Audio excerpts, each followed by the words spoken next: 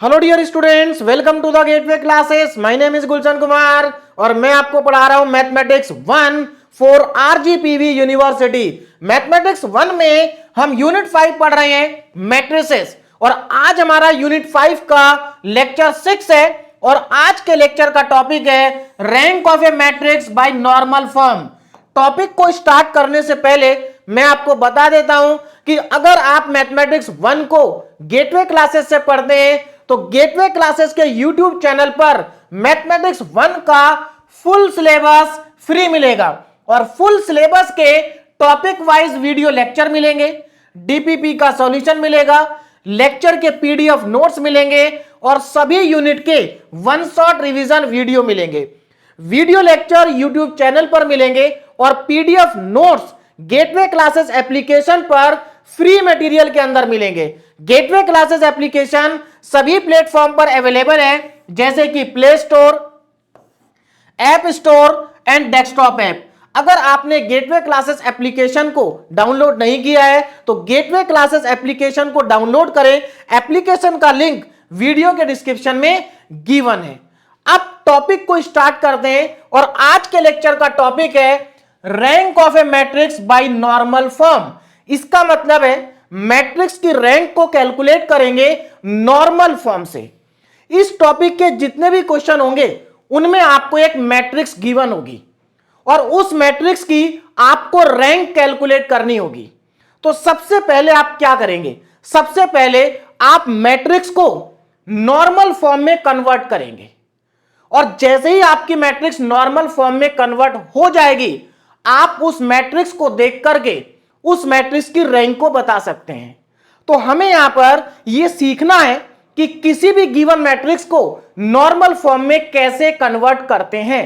तो प्रोसेस को समझ लेते हैं, और प्रोसेस बहुत सिंपल है। प्रोसेस अगर आपने एक बार समझ लिया तो आप किसी भी मैट्रिक्स को नॉर्मल फॉर्म में कन्वर्ट कर सकते हैं और उसकी रैंक को बता सकते हैं। तो चलिए प्रोसेस को समझ लेते हैं।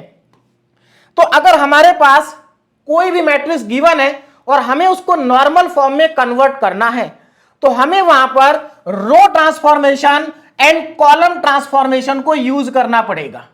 देखो इंपॉर्टेंट है, ध्यान से समझना। किसी भी मैट्रिक्स को नॉर्मल फॉर्म में कन्वर्ट करने के लिए हम रो ट्रांसफॉर्मेशन एंड कॉलम ट्रांसफॉर्मेशन का यूज करते हैं। इससे पहले लास्ट लेक्चर में हमने मैट्रिक्स की रैंक को कैलकुलेट किया था इक्लियन फॉर्म से, लेकिन किसी भी गिवन मैट्रिक्स को इक्लियन फॉर्म में कन्वर्ट करने के लिए हम केवल रो ट्रांसफॉर्मेशन का यूज करते हैं, जबकि हम किसी भी गिवन मैट्रिक्स को नॉर्मल फॉर्म में कन्वर्ट करने के लिए रो ट्रांसफॉर्मेशन एंड कॉलम ट्रांसफॉर्मेशन का यूज करते हैं। मतलब आपको दोनों ट्रांसफॉर्मेशन को एक ही क्वेश्चन में यूज करना पड़ेगा नॉर्मल फॉर्म के अंदर।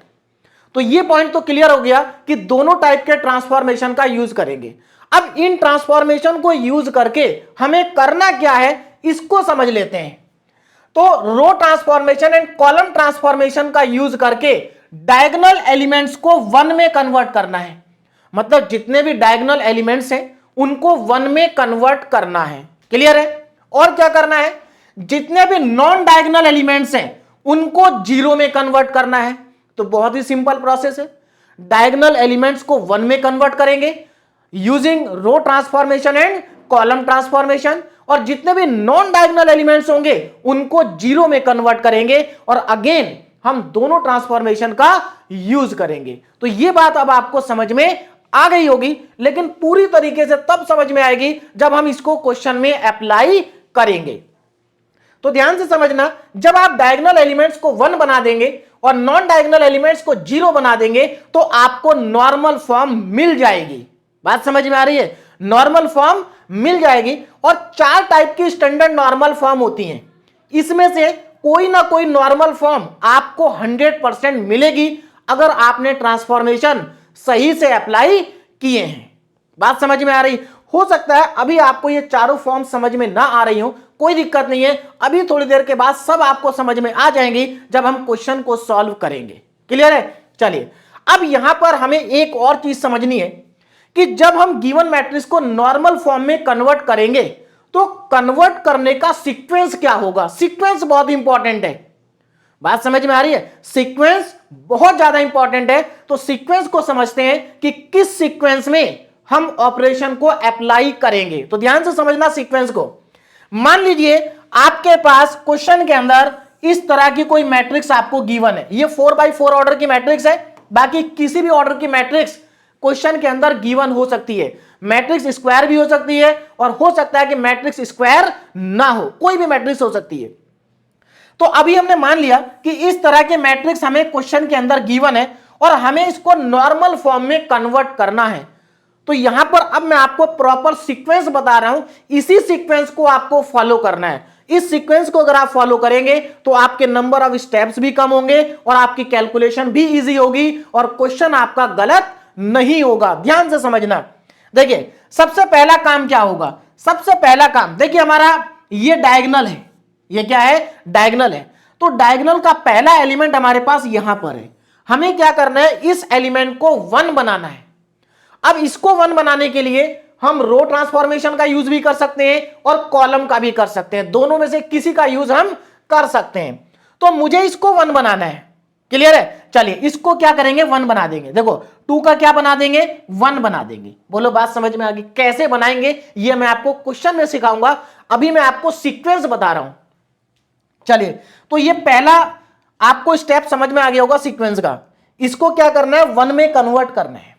और जब ये 1 में कन्वर्ट हो जाएगा तो इस 1 की हेल्प से, इस 1 की हेल्प से ध्यान से समझना, जब ये 1 में कन्वर्ट हो जाएगा तो इसी 1 की हेल्प से आप इसके नीचे सभी नंबर को 0 बनाएंगे। इस 1 की हेल्प से इसके नीचे सभी नंबर को 0 बनाएंगे। बोलो बात समझ में आ रही?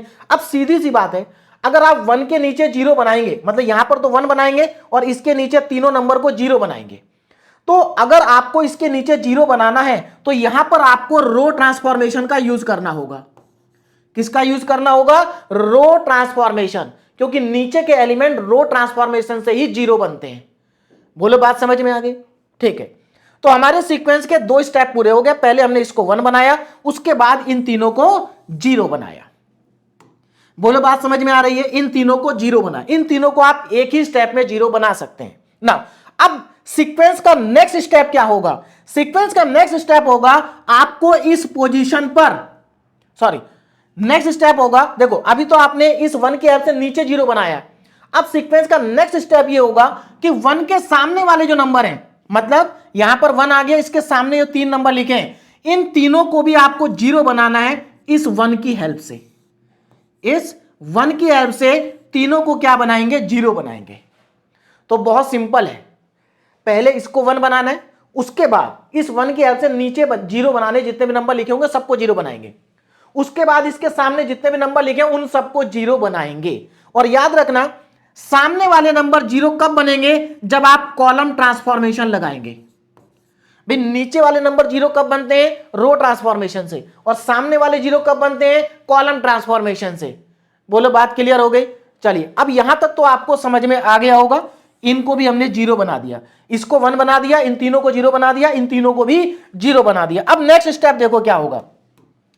सीक्वेंस का नेक्स्ट स्टेप, अब आपको इस पोजीशन पर जो भी नंबर लिखा होगा उसको 1 बनाना है। क्या करना है? 1 बनाना है इस पोजीशन पर।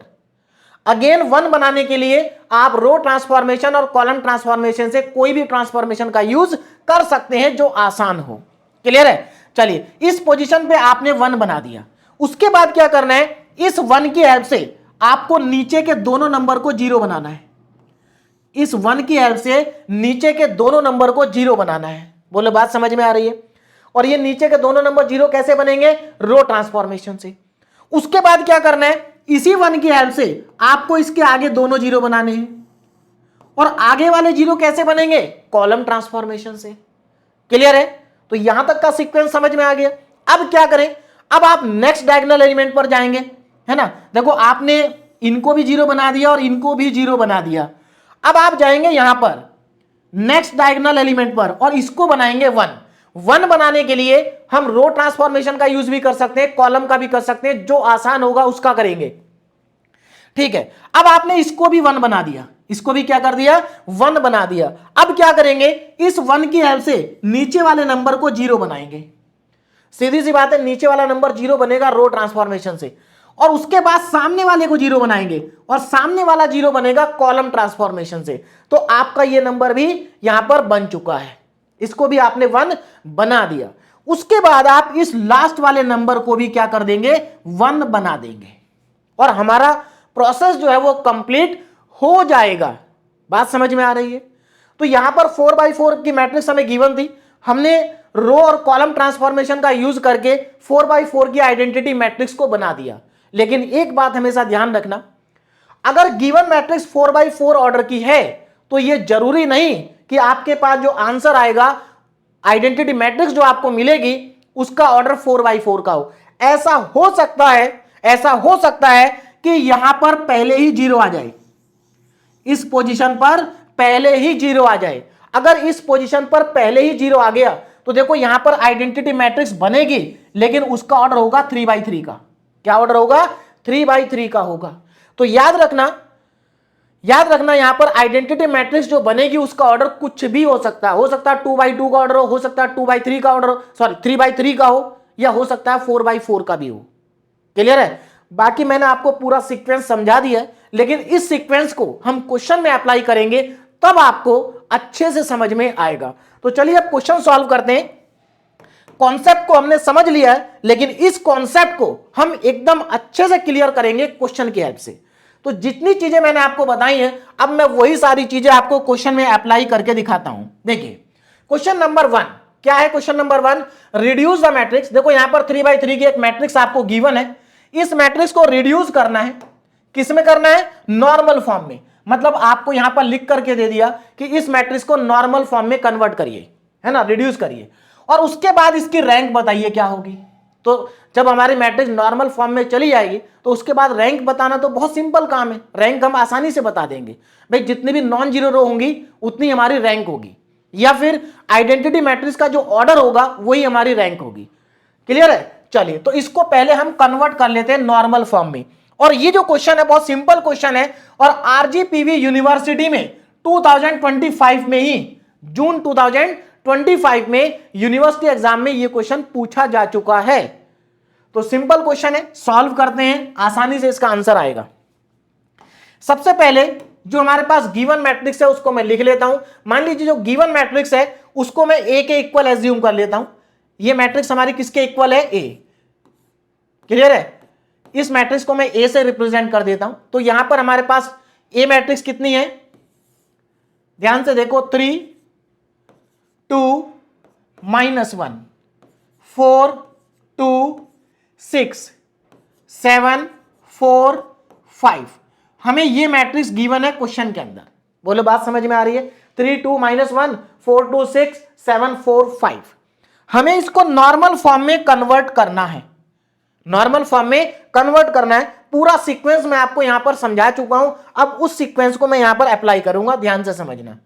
देखो सबसे पहले मुझे क्या करना है, इस पोजीशन पर 1 बनाना है, और इसको 1 बनाने के लिए मैं रो ट्रांसफॉर्मेशन का यूज भी कर सकता हूं और कॉलम ट्रांसफॉर्मेशन का यूज भी कर सकता हूं। अब जरा ध्यान देना, देखो इसको 1 बनाने के हमारे पास बहुत तरीके हैं। एक तरीका तो यह है कि हम सीधे सीधे 3 में से 2 को माइनस कर दें तो 1 आ जाएगा, मतलब हम C1 में से C2 को माइनस कर दें तो यहां पर 1 आ जाएगा। और भी तरीके हैं। और क्या तरीका है, अगर मैं C1 में 2 टाइम्स ऑफ C3 ऐड कर दूं तो ये 3 है, ये -2 हो जाएगा, तो यहां पर 1 बच जाएगा। तो तरीके बहुत सारे हैं, आपको उस तरीके से करना है जो इजी हो। तो यहां पर मुझे सबसे आसान दिखाई ये दे रहा है कि मैं सीधे सीधे C1 में से C2 को माइनस कर दूं, 3 - 2 क्या आ जाएगा? 1 आ जाएगा। तो यहां पर मैं क्या ऑपरेशन परफॉर्म करूंगा, C1 में चेंज C1 - C2, यहां पर हम इस ऑपरेशन को लगा देते हैं। C1 में चेंज C1 - C2, इसमें से सीधे सीधे इसको क्या कर देते हैं? माइनस कर देते हैं। तो माइनस करने पर हमें इसके इक्विवेलेंट मैट्रिक्स मिलेगी, और इक्विवेलेंट मैट्रिक्स को मैं यहां पर लिख लेता हूं। अब जरा ध्यान से देखो क्या आएगा ना, इसमें से इसको माइनस करो, 3 - 2 1, 4 - 2 2, 7 - 4 3। तो यहां पर हमारे पास 1 2 3 आ गया। क्लियर है? इसमें से इसको मैंने माइनस कर दिया।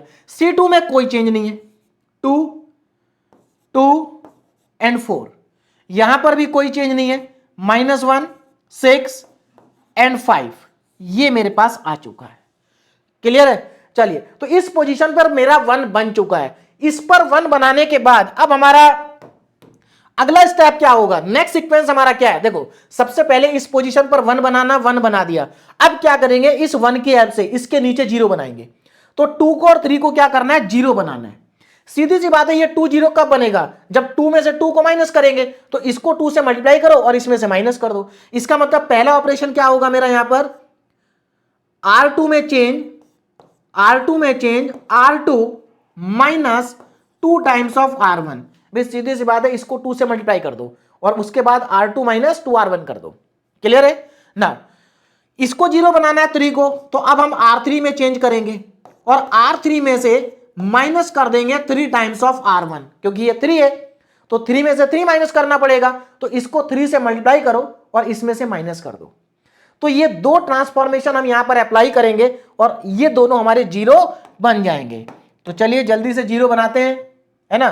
देखो, यहां पर 0 बनाना ही इंपॉर्टेंट है। अगर आपने 0 बनाना सीख लिया तो उसके बाद कुछ भी नहीं है मैट्रिक्स में।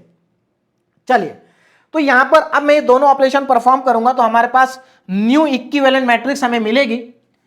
तो देखो, ये इक्विवेलेंट मैट्रिक्स का सिंबल है, ऐसे ही आपको लगाना है हर बार।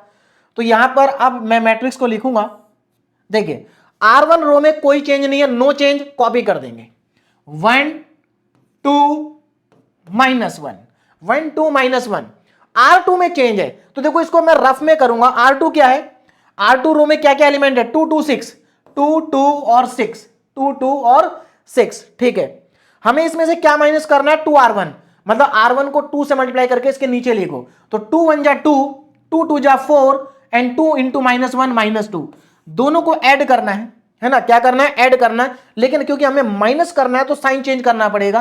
तो ये माइनस, ये माइनस, ये प्लस। अब देखो, ये 0 -2 और 8, तो हमारे पास यहां पर आ जाएगा 0 -2 और 8।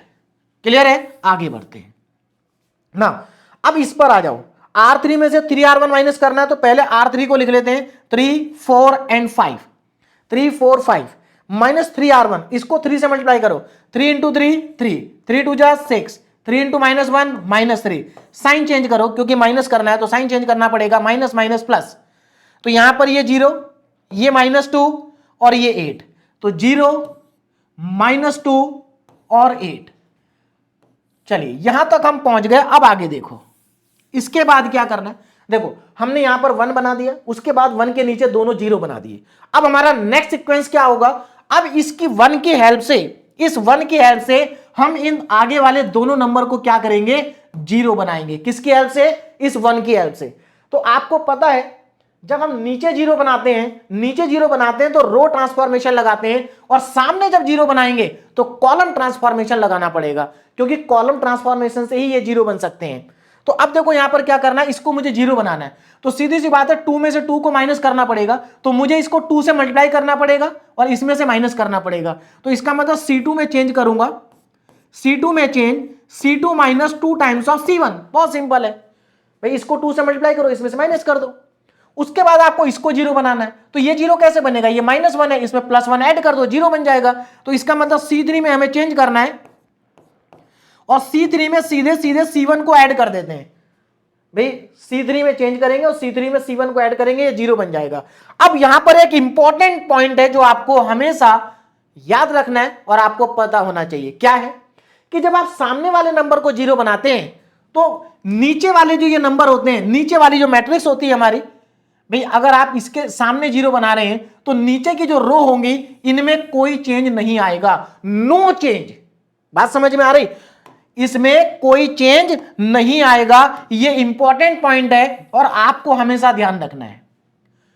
क्लियर है? इसमें कोई चेंज नहीं आएगा, इसको सेम कॉपी करना है। तो देखो, सिंपल सी बात है कि आप जब नीचे 0 बनाएंगे तो आपको कैलकुलेशन करनी होगी, लेकिन जब आप सामने 0 बनाएंगे आपको कोई कैलकुलेशन नहीं करनी, आपको कॉपी करना है सिर्फ। देखो, मैं आपको करके दिखाता हूं, ध्यान से देखिए। तो अब हमारे पास जो न्यू मैट्रिक्स आएगी वो ऊपर वाली मैट्रिक्स के ही इक्विवेलेंट होगी।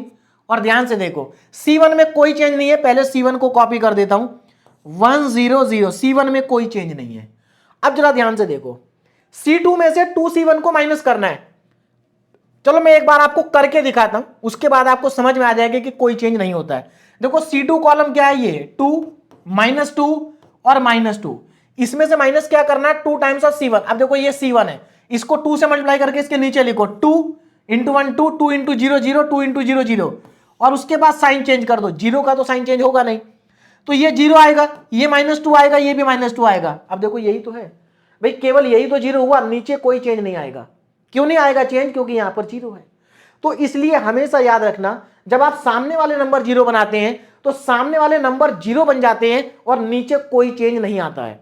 तो इसका मतलब यह हुआ कि सामने वाले नंबर तो 0 बन जाएंगे इन दोनों ऑपरेशन से, ये लो दोनों 0 बन गए, लेकिन नीचे कोई चेंज नहीं आएगा। 0 -2 8, 0 -2 और 8, देखो कोई चेंज नहीं आया। बस यही इंपॉर्टेंट पॉइंट है जिसको आपको याद रखना है। बोलो बात समझ में आ रही है, आगे बढ़े ना। अब देखो क्या करना है, चलिए देखो ये 1 बन गया, इसके नीचे भी 0 बन गया, इसके सामने भी 0 बन गए। अब नेक्स्ट टारगेट हमारा ये है कि इसको 1 बनाना है, इसको 1 बनाना है। अब इसको 1 कैसे बनाएंगे, देखो ये भी -2 है, ये भी -2 है ना। तो एक तरीका तो ये है कि आप C2 कॉलम को -2 से डिवाइड कर दो, तो ये भी 1 बन जाएगा, ये भी 1 बन जाएगा, हमारा काम हो जाएगा। या एक तरीका ये है कि आप R2 रो को -2 से डिवाइड कर दो, तो ये हमारा 1 बन जाएगा, ये -4 बन जाएगा, इसमें भी कोई प्रॉब्लम नहीं है। तो दोनों तरीके आपके पास है, किसी से भी आप कर सकते हैं। चलिए तो मैं यहां पर कॉलम को डिवाइड कर देता हूं, तो मैं यहां पर क्या करूंगा, C2 में चेंज करूंगा और C2 को डिवाइड कर दूंगा -2 से, या मल्टीप्लाई कर दूंगा -2 से। ये काम मैं यहां पर करूंगा। अब देखो आगे क्या मिलेगा, नेक्स्ट स्टेप पर अब ध्यान देंगे। देखो ऐसा करने से क्या होगा, ये 1 1 हो जाएगा, है ना। तो अब हमारे पास जो न्यू मैट्रिक्स आएगी वो क्या होगी, न्यू मैट्रिक्स। ध्यान से देखिए, न्यू मैट्रिक्स में लिखने जा रहा हूं। C2 में चेंज है, C1 में कोई चेंज नहीं है। 1 0 0 1 0 0 0 1 1 0 1 1 0 1 1, और यहां पर ये सेम आएगा 0 8 एंड 8। बोलो बात समझ में आ रही है, ये हमारे पास मैट्रिक्स आ चुकी है। तो देखो ये हमारा 1 बन चुका है। अब हमें क्या करना है, इसको 0 बनाना है। इस 1 के नीचे जो 1 लिखा है इसको 0 बनाना है। तो इसको 0 बनाना बहुत आसान है, देखो कैसे, R3 में चेंज करेंगे, R3 में चेंज करेंगे और R3 में से सीधे सीधे R2 को कर देंगे माइनस। क्या कर देंगे, माइनस कर देंगे। तो ऐसा करने से अब देखो हमें क्या मिलेगा, R3 में चेंज आएगा, पहली 2 रो में कोई चेंज नहीं होगा। तो अब हमारी जो इक्विवेलेंट मैट्रिक्स आएगी वो देखो क्या होगी, 1 0 0 0 1 8। उसके बाद देखो R3 में से R2 को माइनस करना है, 0 -0 0, 1 -0 0, 8 -8 0, ये लीजिए भाई 0 0 आ गया। बोलो बात समझ में आ रही है। अब क्या करूं, अब जरा ध्यान से देखो ना। अब हमने 1 के नीचे 0 बना दिया, अब हमें 1 के सामने 0 बनाना है कॉलम ट्रांसफॉर्मेशन से। तो हमें इस 8 को भी 0 बनाना है, 8 को भी 0 बनाना है। और एक और चीज आपने अगर यहां पर नोटिस की हो तो ये जो आखिरी वाला डायगोनल एलिमेंट है ये पहले ही 0 बन गया, मतलब ये 1 बनेगा ही नहीं, क्योंकि ये ऑलरेडी 0 बन चुका है। चलिए तो मैं अब इस 8 को 0 बना लेता हूं। तो यहां पर ये 8 किस में लिखा है, C3 कॉलम में, तो मैं C3 में चेंज करूंगा और C3 माइनस, देखो ये 0 कब बनेगा, जब 8 में से 8 को माइनस करेंगे। तो सीधी सी बात है, इसको 8 से मल्टीप्लाई करिए, तो 8 टाइम्स ऑफ C2, ये ऑपरेशन यहां पर क्या करेंगे, परफॉर्म करेंगे। तो इसको अगर मैं यहां पर परफॉर्म करता हूं तो देखो क्या आएगा, अब जरा ध्यान से समझना।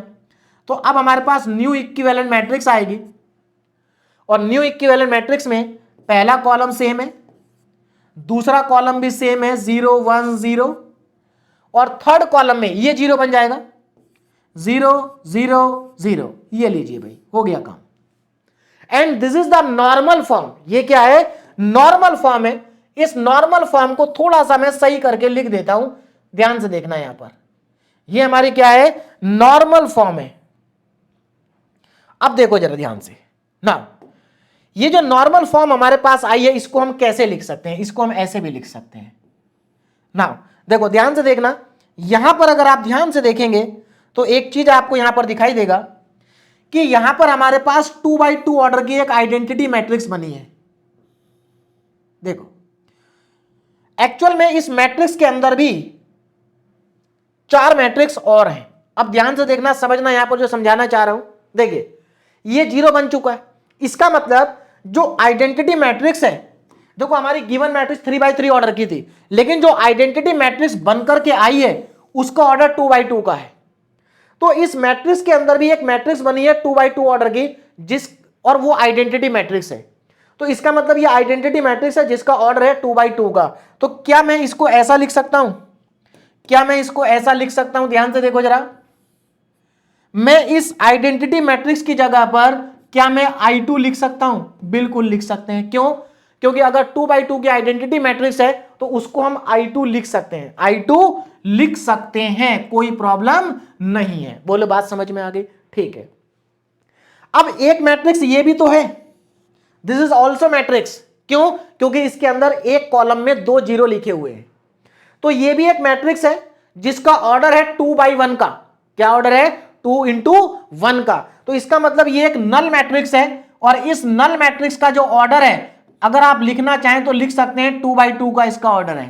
This is the null matrix. Clear है? अच्छा, एक नल मैट्रिक्स यहां पर भी लिखी है, इसमें यहां पर एक रो में 2 जीरो लिखे हुए है ना, ये रो मैट्रिक्स भी है और ये कॉलम मैट्रिक्स थी। तो इसका मतलब ये भी एक नल मैट्रिक्स है जिसका ऑर्डर क्या है? इसका ऑर्डर है आपका 1/2 का। एक मिनट, इसका ऑर्डर, एक मिनट, वहां मैंने गलत लिख दिया। हाँ, इसका ऑर्डर क्या था भाई? इसका ऑर्डर था, इसमें 2 रो और एक कॉलम था, तो 2x1 का ऑर्डर था इसका। ठीक है, अब यहां पर आ जाओ, इसका ऑर्डर क्या है? 1/2 का है। तो ये भी एक नल मैट्रिक्स है, इसका ऑर्डर भी 1/2 का है। अच्छा, अब यहां पर ये एक अकेला जीरो लिखा है, ये भी अपने आप में एक नल मैट्रिक्स है ना, और इस नल मैट्रिक्स का ऑर्डर क्या है? 1/1 का ऑर्डर है, 1/1 का है। तो आप यहां पर देख सकते हैं एक आइडेंटिटी मैट्रिक्स है जिसका ऑर्डर 2/2 का है, ये एक नल मैट्रिक्स है जिसका ऑर्डर 2/1 का है, ये भी नल मैट्रिक्स है जिसका ऑर्डर 1/2 का है, और ये भी एक नल मैट्रिक्स है जिसका ऑर्डर 1/1 का है। बोलो बात समझ में आ गई? तो यहां पर ये जो अब मैंने लिखा है, this is the normal form, इसी को हम क्या कहते हैं? Normal form. अब यहां पर इस नॉर्मल फॉर्म में नल मैट्रिक्स का ऑर्डर लिखना जरूरी नहीं है, आप छोड़ भी सकते हैं। मैं भी आगे के क्वेश्चन में इस ऑर्डर को नहीं लिखूंगा, है ना, मैं केवल यहां पर ओ लिखूंगा। बात समझ में आ रही? केवल ओ लिखूंगा। अब जरा वापस आते हैं, ये देखो हमारी नॉर्मल फॉर्म में 4 स्टैंडर्ड नॉर्मल फॉर्म है, तो इसमें से कौन सी नॉर्मल फॉर्म के साथ हमारा नॉर्मल फॉर्म मैच कर रही है? इसके साथ मैच कर रही है। देखो IR की जगह I2 आ गया, इसका मतलब R की वैल्यू क्या? 2 है, R की वैल्यू क्या आ गई हमारी? 2 आ गई, तो इसके साथ बिल्कुल मैच कर रहा है, मतलब ये वाली स्टैंडर्ड फॉर्म हमारी आ चुकी है। और यहां पर आइडेंटिटी मैट्रिक्स का जो ऑर्डर होता है ना, वही मैट्रिक्स की रैंक कहलाती है। इसका मतलब इस मैट्रिक्स की रैंक कितनी हो गई? इस मैट्रिक्स की रैंक हो गई 2। तो मैट्रिक्स ए की रैंक किसके बराबर आ रही है? 2 के बराबर आ रही है, और यही हमारा इस क्वेश्चन का फाइनल आंसर भी है ना। अच्छा, पहले यहां पर आप लिखेंगे नॉर्मल फॉर्म, एक मिनट प्रॉपर तरीके से लिख देता हूं। ये क्या है? दिस इज नॉर्मल फॉर्म, ये है नॉर्मल फॉर्म, नॉर्मल फॉर्म। और नॉर्मल फॉर्म को देख करके हम बता सकते हैं कि इस मैट्रिक्स की जो रैंक है वो 2 है। रैंक 2 क्यों है? क्योंकि यहां पर जो आइडेंटिटी मैट्रिक्स का ऑर्डर है वो 2 का है, तो रैंक भी 2 होगी। दूसरा, एक और इंपॉर्टेंट चीज, ऐसा नहीं है कि आप आइडेंटिटी मैट्रिक्स के ऑर्डर को देख करके ही रैंक बताएंगे, आप रैंक इसको देखकर भी बता सकते हैं। देखो इसके अंदर कितनी नॉन जीरो रो है? ये नॉन जीरो है और ये भी नॉन जीरो है, तो इसका मतलब 2 नॉन जीरो रो है, तो मैट्रिक्स की रैंक 2 आएगी। तो जैसे आप इक्लियन फॉर्म बनाते थे, तो इक्लियन फॉर्म में आप क्या चेक करते थे? नंबर ऑफ नॉन जीरो रो। तो इसमें भी आप नंबर ऑफ नॉन जीरो रो को चेक कर सकते हैं, जितनी नॉन जीरो रो होंगी उतनी ही आपके मैट्रिक्स की रैंक होगी। क्लियर है? तो मुझे लगता है अब आपको नॉर्मल फॉर्म का कॉन्सेप्ट समझ में आया होगा, है ना। नॉर्मल फॉर्म, किसी भी मैट्रिक्स को नॉर्मल फॉर्म में कन्वर्ट करने का जो प्रोसेस है वो भी आपको समझ में आया होगा। और सबसे इंपॉर्टेंट है यहां पर सीक्वेंस, जो सीक्वेंस मैंने आपको बताया है उसी सीक्वेंस को आपको फॉलो करना है हर एक क्वेश्चन में। तो चलिए अब हमारे पास क्वेश्चन नंबर 2 आ गया। इस क्वेश्चन को भी हम सॉल्व करते हैं और एकदम प्रॉपर तरीके से सॉल्व करेंगे, पूरा प्रोसेस यहां पर लगाएंगे नॉर्मल फॉर्म का और एकदम सीक्वेंस से सॉल्व करेंगे। देखिए सीक्वेंस बहुत इंपॉर्टेंट है, अगर आपने सीक्वेंस को पकड़ लिया तो उसके बाद आप किसी भी क्वेश्चन को सॉल्व कर सकते हैं। Now transform the following matrix into normal form and hence find its rank. देखो ये क्वेश्चन भी आपका 2023 में आया। अच्छा एक चीज फिर से मैं आपको यहां पर क्लियर कर दूं कि अगर एग्जाम में रैंक का क्वेश्चन आता है और उसमें नॉर्मल फॉर्म लिखा हुआ है, जैसे यहां पर क्या लिखा है कि transform the following matrix into normal form, मतलब हमें इसको नॉर्मल फॉर्म में ट्रांसफॉर्म करना है और उसके बाद इसकी रैंक बतानी है। लेकिन अगर मान लीजिए एग्जाम में ये क्वेश्चन आता है और वहां पर ये लैंग्वेज नहीं लिखी, इतनी इतनी लैंग्वेज नहीं लिखी है, ये नहीं लिखा हुआ है, मतलब ये इतना पार्ट लिखा हुआ नहीं है, सिर्फ लिखा है कि फाइंड इट्स रैंक, तो आप इक्लियन फॉर्म से फाइंड करेंगे, क्योंकि इक्लियन फॉर्म से रैंक को कैलकुलेट करना इजी होता है। जैसा फॉर एग्जांपल यही क्वेश्चन है, अगर आप इस क्वेश्चन को इक्लियन फॉर्म से करेंगे ना तो ये यहीं तक खत्म हो जाएगा, यहां पर जाके खत्म हो जाएगा, ये आपको करना ही नहीं पड़ेगा। बात समझ में आ रही है? तो इक्लियन फॉर्म में नंबर ऑफ स्टेप्स बहुत कम होते हैं, तो अगर मेथड मेंशन नहीं है तो आप इक्लियन फॉर्म से करेंगे। बात समझ में आ रही है? अगर क्वेश्चन में लिखा है कि नॉर्मल फॉर्म से करो तो नॉर्मल फॉर्म से करना है, और अगर मेथड का नाम मेंशन नहीं है तो आप इक्लियन फॉर्म से करेंगे। क्लियर होगी बात? चलिए अब इस क्वेश्चन को सॉल्व करते हैं नॉर्मल फॉर्म से। तो सबसे पहले तो जो मैट्रिक्स गिवन है उसको मैं ए के इक्वल एज्यूम कर लेता हूं, है ना। मान लेते हैं कि ये मैट्रिक्स किसके बराबर है? ए के बराबर है, मतलब इसको डिनोट कर लेते हैं ए से। तो मैट्रिक्स ए मेरे पास यहां पर गिवन है 5 3 5 3 14 4, 5 3 14 और 4, 5 3 14 4, ठीक है। उसके बाद 0 1 2 1, 0 1 2 1, ठीक है। 1 -1 2 0, ये मुझे मैट्रिक्स गिवन है और इस मैट्रिक्स का ऑर्डर है 3/4 का। सीधी सी बात है, इसकी रैंक 3 से ज्यादा तो आ नहीं सकती, है ना, क्योंकि ऑर्डर 3/4 है, तो रैंक जो होगी इसकी मैक्सिमम वो 3 होगी। चलिए अब जरा ध्यान से देखो, तो अब हमें क्या करना है, सबसे पहले इस पोजीशन पर 1 बनाना है। कैसे बनाएंगे? अब 1 बनाने के लिए आप रो ट्रांसफॉर्मेशन का यूज भी कर सकते हैं, कॉलम का भी कर सकते हैं, लेकिन हमेशा याद रखना जो इजी होगा उसका यूज करेंगे। देखो एक तरीका तो इसको 1 बनाने का ये है कि आप देखो यहां 5 लिखा है, यहां 4 लिखा है, तो आप C1 में से C4 को माइनस कर दो, तो 5 - 4 यहां पर 1 बन जाएगा। एक तरीका तो ये है, लेकिन इससे आसान तरीका भी हमारे पास है। वो क्या है? देखो ये तो कॉलम ट्रांसफॉर्मेशन से 1 बनेगा, लेकिन अगर आप रो ट्रांसफॉर्मेशन का यूज करते हैं तो देखो यहां पर R3 रो में 1 लिखा है और यहां पर 5 है, तो एक काम आप कर सकते हैं, R1 को R3 के साथ आप इंटरचेंज भी तो कर सकते हैं। तो देखो आपके पास दो ऑप्शन है, आप इसको C1 में से C4 को माइनस करके भी बना सकते हैं और आप इंटरचेंज करके भी बना सकते हैं। तो देखो इंटरचेंज करने में कोई कैलकुलेशन नहीं करनी है, तो इंटरचेंज करके बनाएंगे। भाई जहां पर कैलकुलेशन नहीं करनी है उसका यूज करेंगे ना, हम कैलकुलेशन क्यों करें?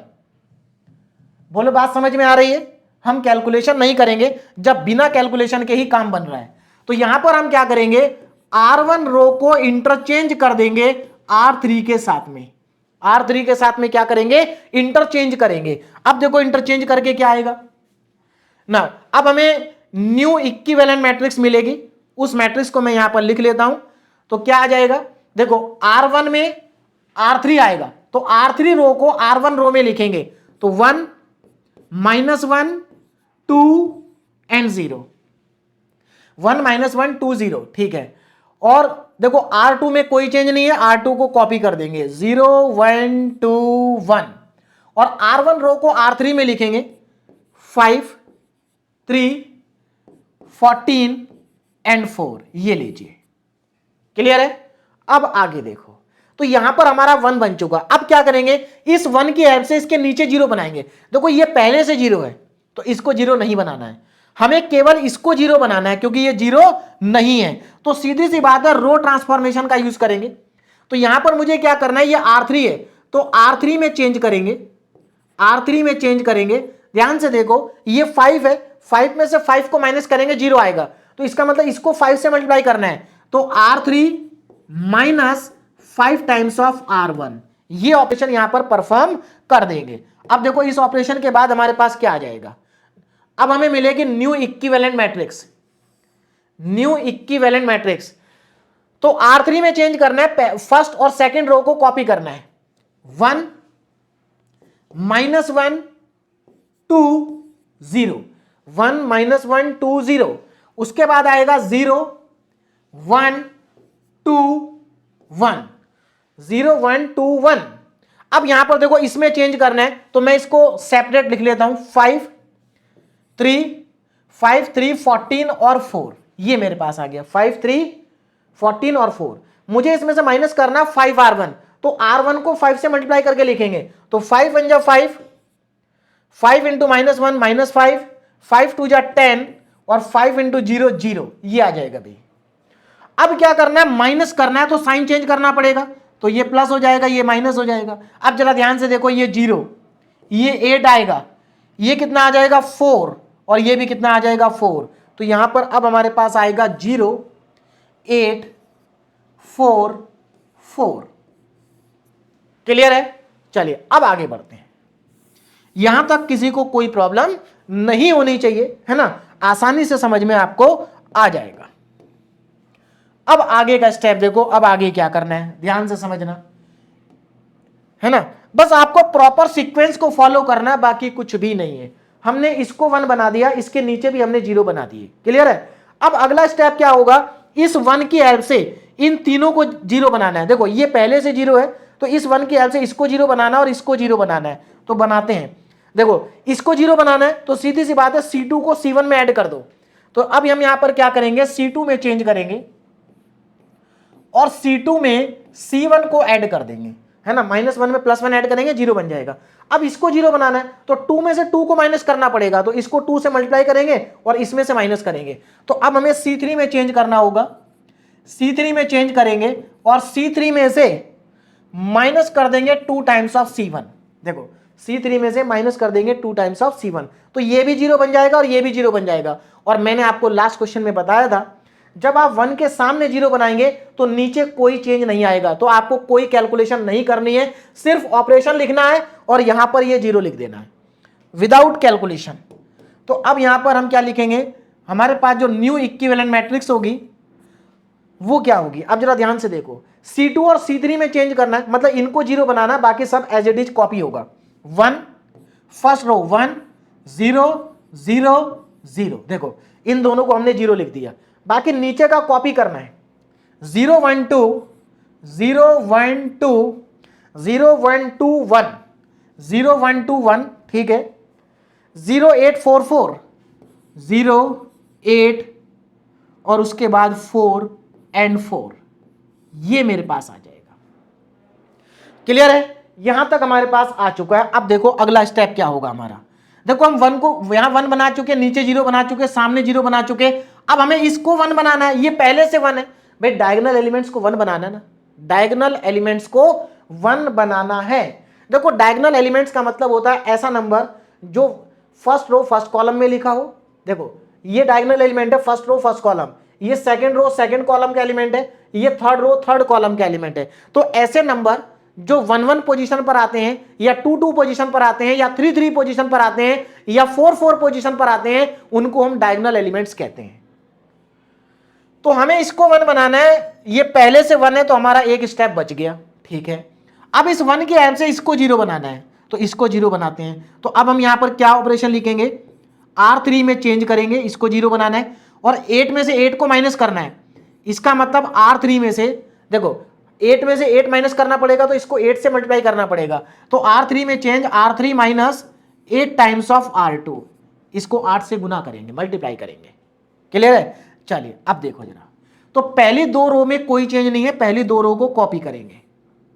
फर्स्ट 2 रो को क्या करना है, कॉपी करना है। ध्यान से देखो 1 0 0 0, ठीक है। उसके बाद सेकंड रो को भी कॉपी करना है, 0 1 2 1। थर्ड रो में चेंज करना है, तो थर्ड रो को मैं सेपरेट लिख लेता हूं, 0 8 4 4, है ना ये। अब R2 को 8 से मल्टीप्लाई करके इसके नीचे लिखेंगे, तो ये आ जाएगा 8 इंटू 0 0, 8 इंटू 1 8, 8 2 जा 16 और 8 1 जा 8। साइन चेंज कर देंगे, है ना, तो ये तो 0 ही है, ये भी 0 हो जाएगा। यहां पर ये माइनस का 12 आएगा भाई, -16 और प्लस का 4, और यहां पर आएगा माइनस का 4, तो कितना आ जाएगा 0 0 -12 एंड माइनस का 4।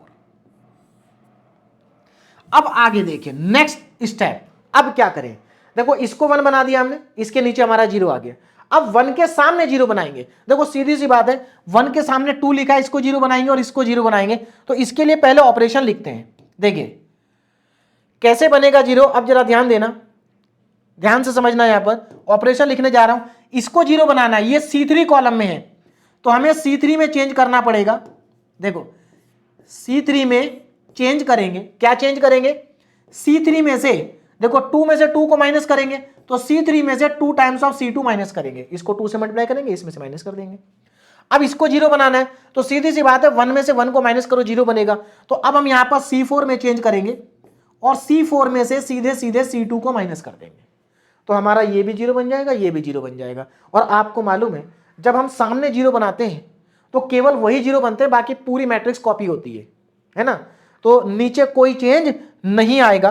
तो अब देखो क्या आ जाएगा यहां पर नेक्स्ट स्टेप में, अब देखिए हमें क्या मिलेगा यहां पर, ध्यान दीजिएगा नाउ। तो अब हमारे पास ये दोनों 0 हो जाएंगे, बाकी मैट्रिक्स सेम रहेगी। क्लियर है, देखो बाकी मैट्रिक्स को हम कॉपी करेंगे ना। हमें देखो C3 और C4 में चेंज करना, C1 और C2 में कोई चेंज नहीं है, कॉपी कर लेंगे।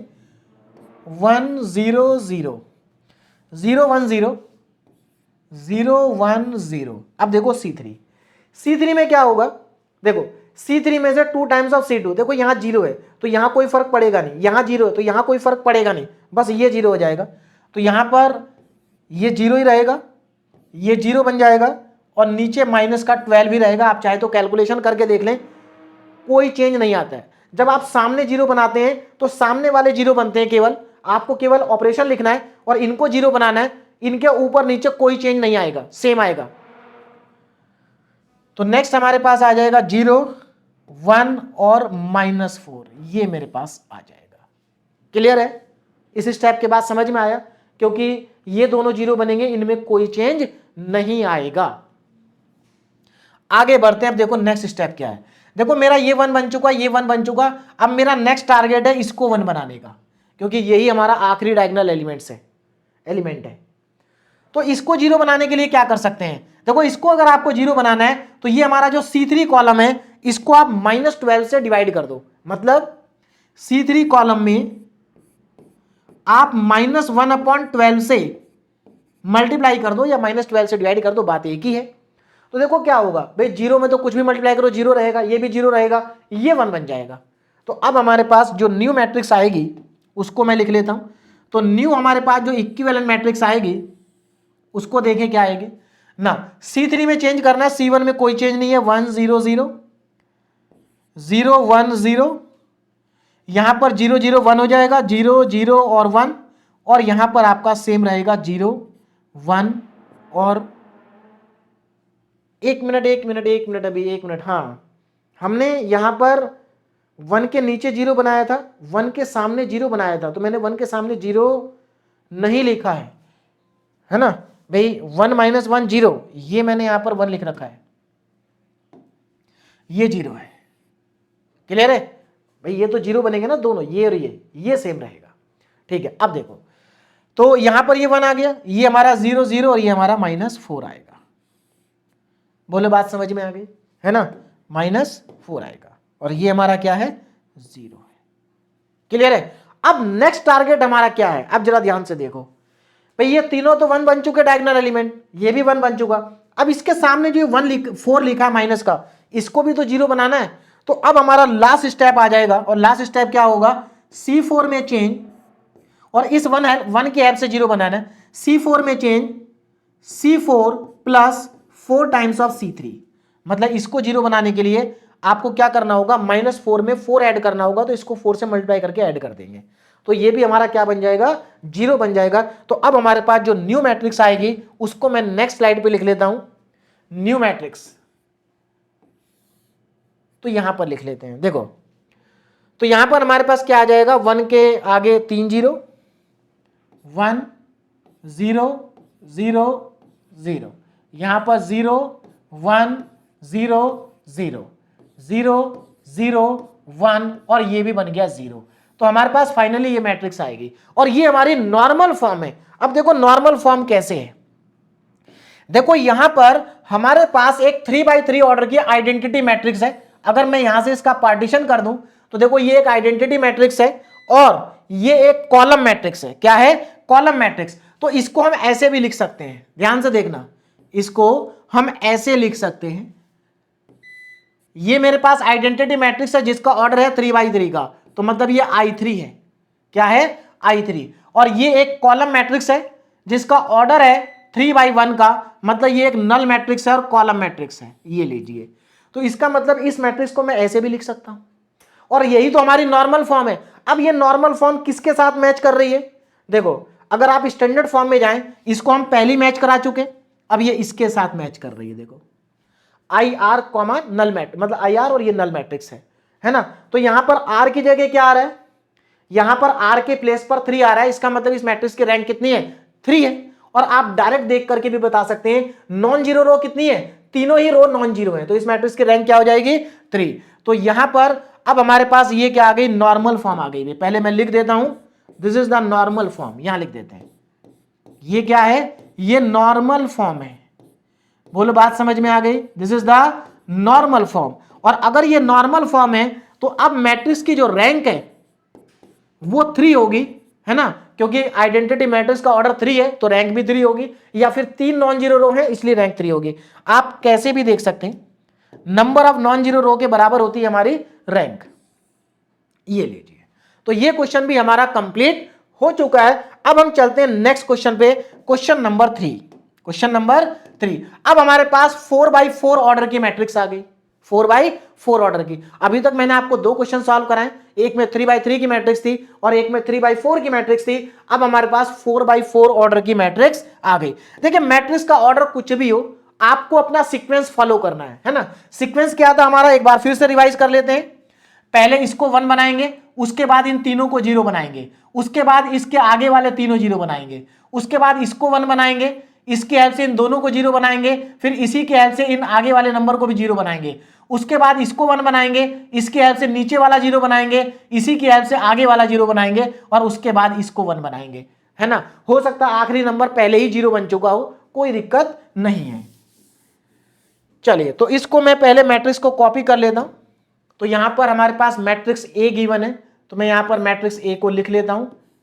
मैट्रिक्स ए, मैट्रिक्स ए का ऑर्डर है 4x4 का, तो 2 3 -1 -1 2 3 -1 -1 2 3 -1 -1, ठीक है।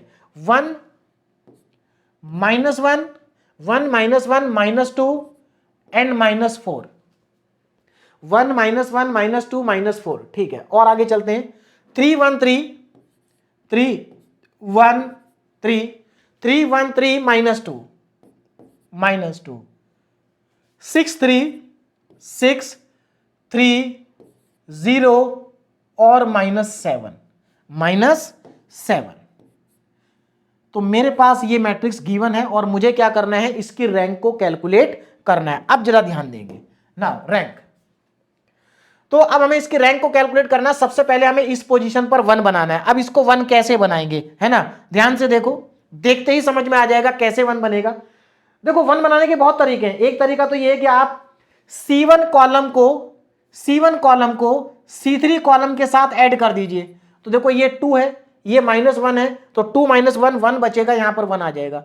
या आप C1 को C4 के साथ भी ऐड कर सकते हैं, उसके बाद भी आपका क्या आ जाएगा, 1 आ जाएगा। तो 2 तरीके तो ये हो गए। एक और तरीका जो इनसे भी ज्यादा आसान है वो ये है कि यहां पर देखो R2 रो में 1 लिखा है, आप दोनों को इंटरचेंज कर दो, ऐसे भी आप कर सकते हैं। तो इंटरचेंज करने वाला सबसे आसान होता है क्योंकि उसमें कोई कैलकुलेशन नहीं करनी है। तो मैं यहां पर R1 को R2 से इंटरचेंज कर देता हूं, है ना। चलिए, इंटरचेंज करने के बाद क्या आएगा उसको नीचे लिखते हैं। तो अब हमें इक्विवेलेंट मैट्रिक्स मिलेगी और इक्विवेलेंट मैट्रिक्स को मैं नीचे लिख रहा हूं, ध्यान से देखो। तो R2 रो को R1 में लिखना है, तो 1 -1 1 -1 -2 एंड -4, 1 -1 -2 -4, ठीक है। R1 को R2 में लिखना है, 2 3 -1 -1, 2 3 -1 -1, ठीक है।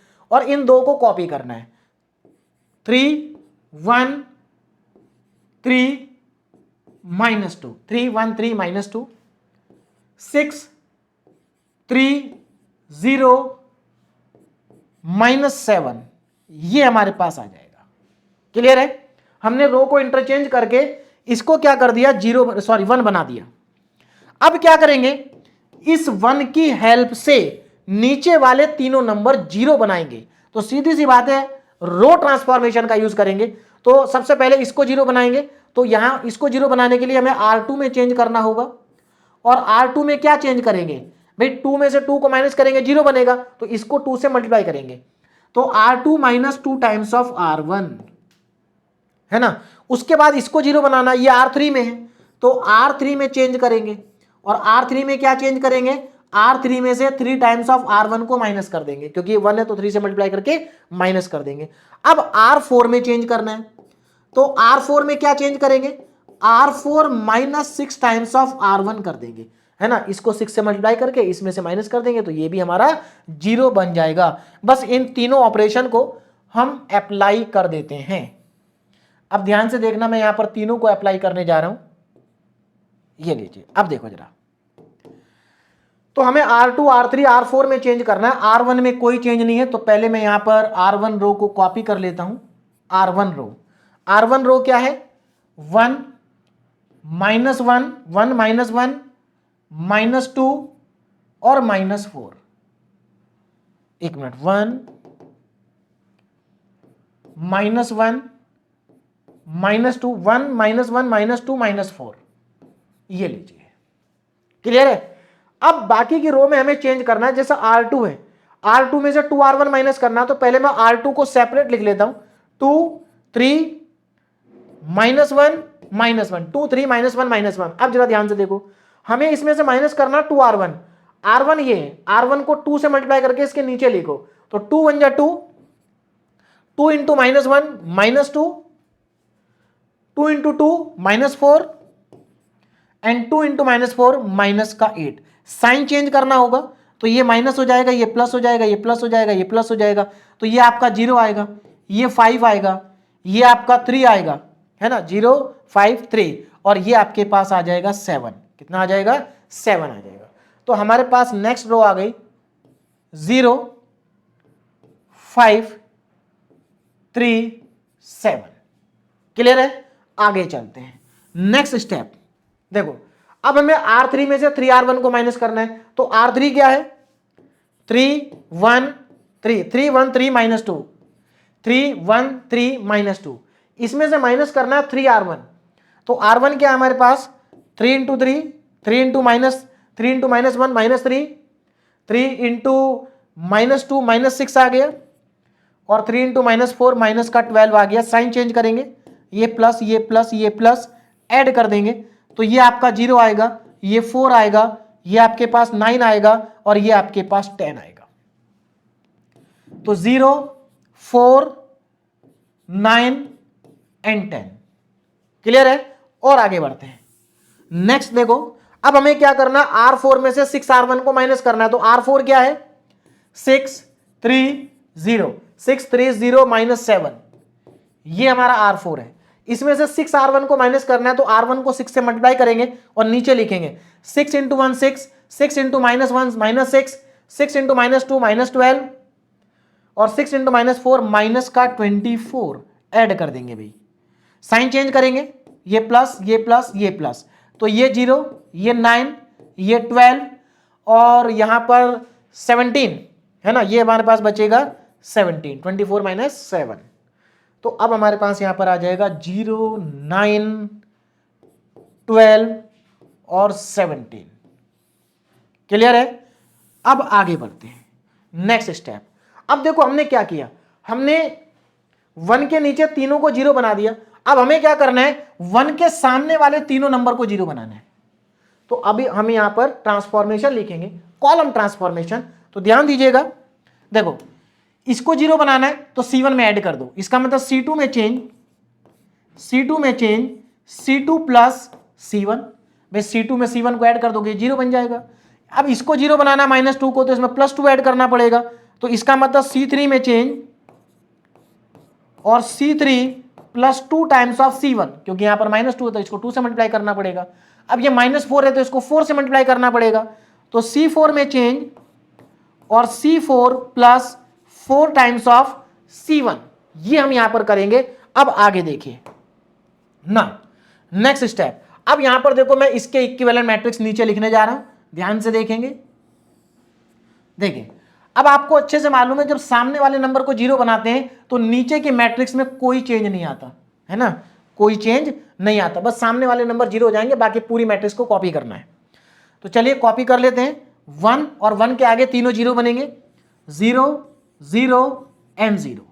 नीचे का पूरा कॉपी हो जाएगा 0 5 3 7, 0 5 3 7, 0 4 9, 0 4 9 10, 0 4 9 10, 0 9 0 9 12, 0 9 0 4 9 10, 0 9 12 17,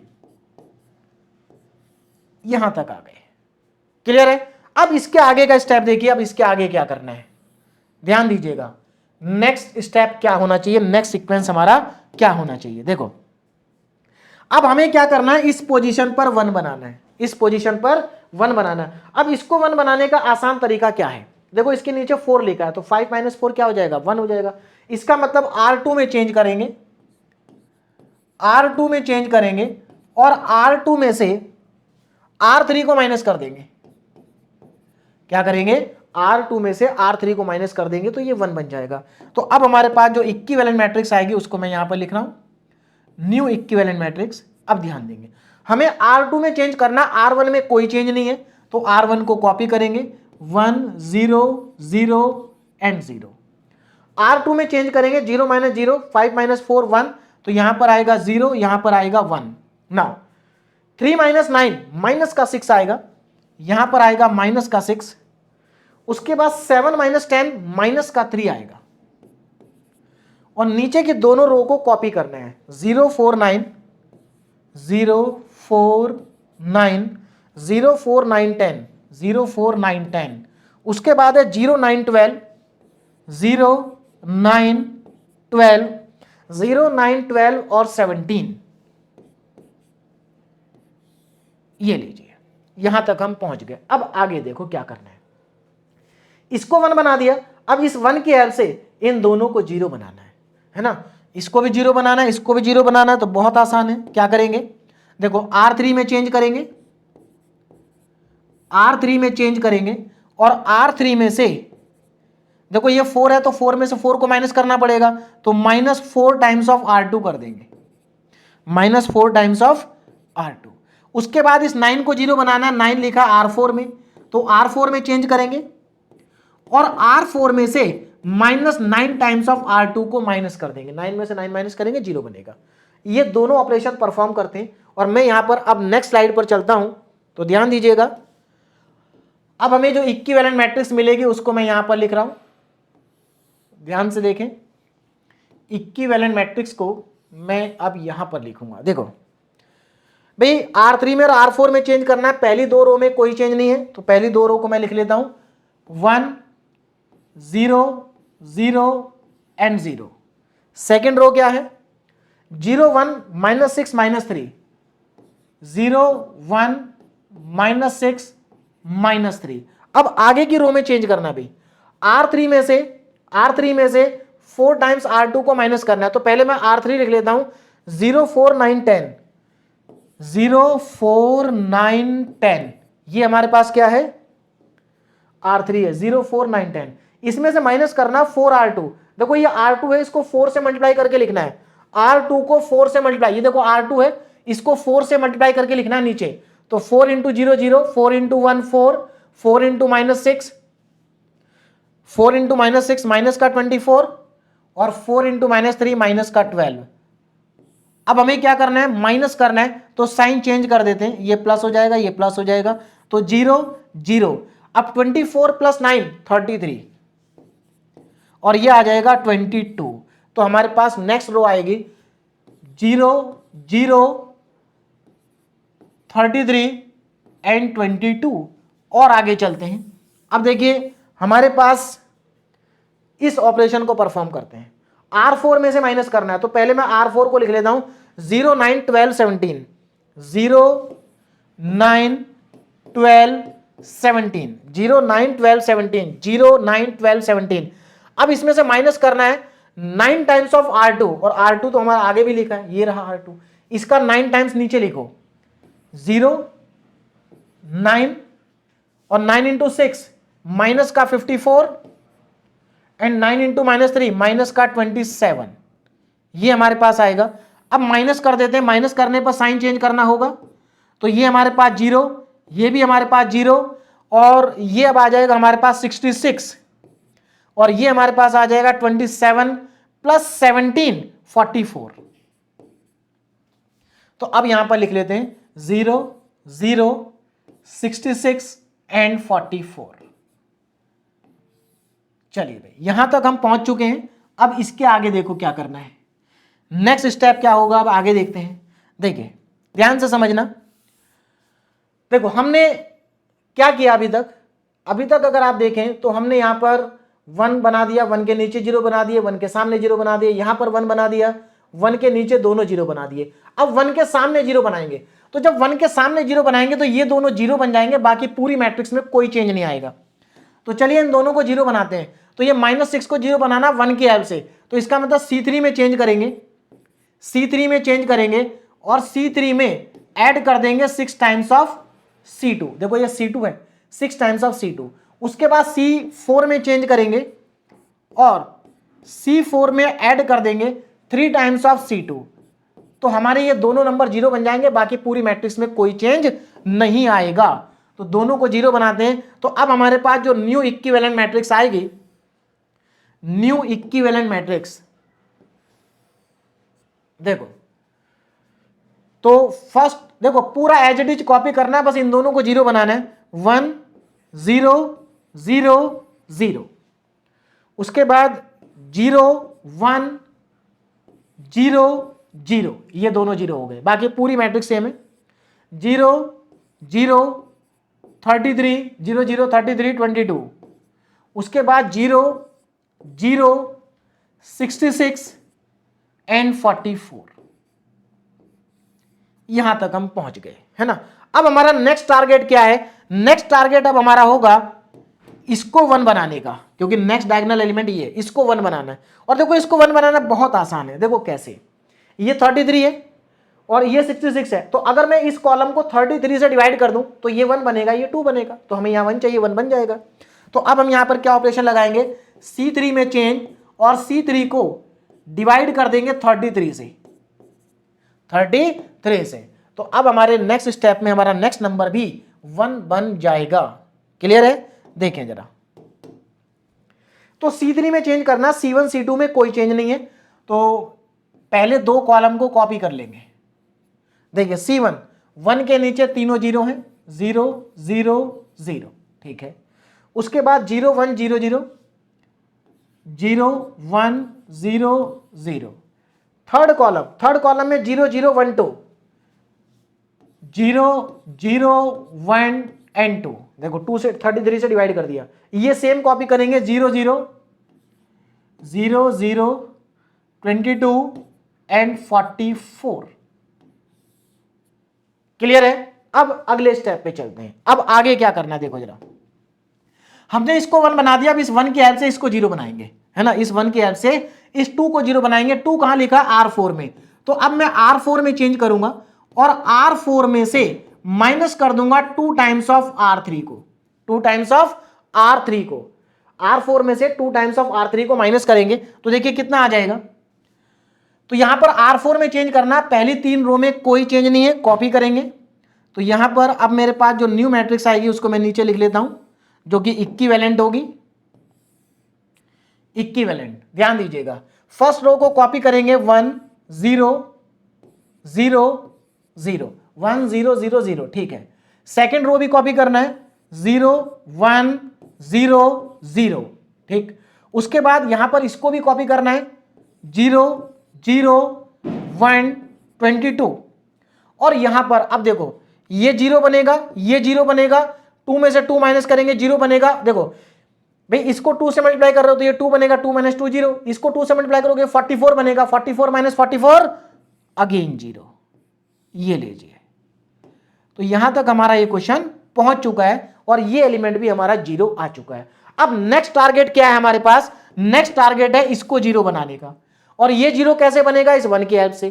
तो ऑपरेशन लिखेंगे, देखो ये C4 में लिखा है तो C4 में चेंज और C4 में से माइनस कर देंगे 22 टाइम्स ऑफ C3 को, इसको, तो ये 0 बन जाएगा, बाकी मैट्रिक्स सेम रहेगी। तो अब हमारे पास फाइनली हम लास्ट स्टेप पर पहुंच चुके हैं। और अब हमारा लास्ट स्टेप क्या आएगा? देखिए अब हमारे पास लास्ट स्टेप में मैट्रिक्स आ जाएगी। देखो ध्यान देना, पूरी मैट्रिक्स सेम रहेगी, बस इसको 0 बनाना है। तो यहां पर अब हमारे पास आएगा 1 0 0 0 0 1 0 0 0 0 1 0 और लास्ट वाली रो में चारों, लास्ट कॉलम में चारों 0। ये हमारे पास फाइनली बन जाएगा। बोलो बात समझ में आ रही है? क्लियर है? अब यहां पर अगर आप ध्यान से देखें तो यहां पर अब हमारे पास 3x3 ऑर्डर की एक आइडेंटिटी मैट्रिक्स बन रही है। अगर आप ध्यान से देखेंगे तो ये लीजिए, देखो 4 मैट्रिक्स आ गई इसके अंदर। ये 3x3 ऑर्डर की आइडेंटिटी मैट्रिक्स है, ये एक कॉलम मैट्रिक्स है, ये भी एक कॉलम मैट्रिक्स है और ये एक मैट्रिक्स है। तो अब हम इसको कैसे लिखेंगे? अब हम इसको नॉर्मल फॉर्म में लिख सकते हैं। देखो कैसे, ध्यान दीजिएगा, नॉर्मल फॉर्म में कैसे लिखेंगे?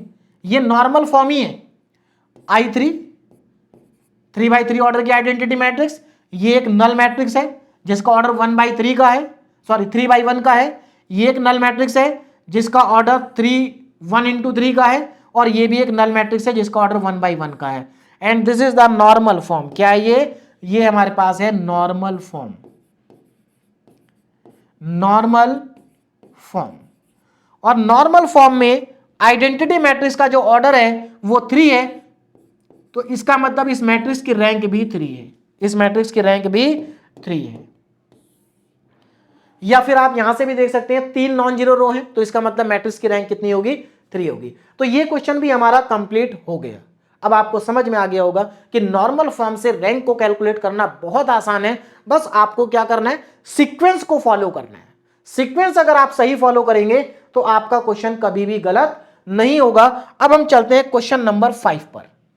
देखिए, reduce the matrix A to normal form and hence find its rank. इसको हमें नॉर्मल फॉर्म में कन्वर्ट करना है और उसके बाद इसकी रैंक को कैलकुलेट करना है। तो ध्यान दीजिएगा कैसे कैलकुलेट करेंगे, है ना। वैसे तो अब आपको अगर 3 क्वेश्चन स्टार्टिंग के समझ में आ गए हैं तो आप इस क्वेश्चन को एक बार वीडियो को पॉज करके अपने आप ट्राई करें, है ना। तो जल्दी से इसको ट्राई करें। मैं 5 सेकंड के बाद स्टार्ट करता हूं, आप पहले ट्राई कर लें।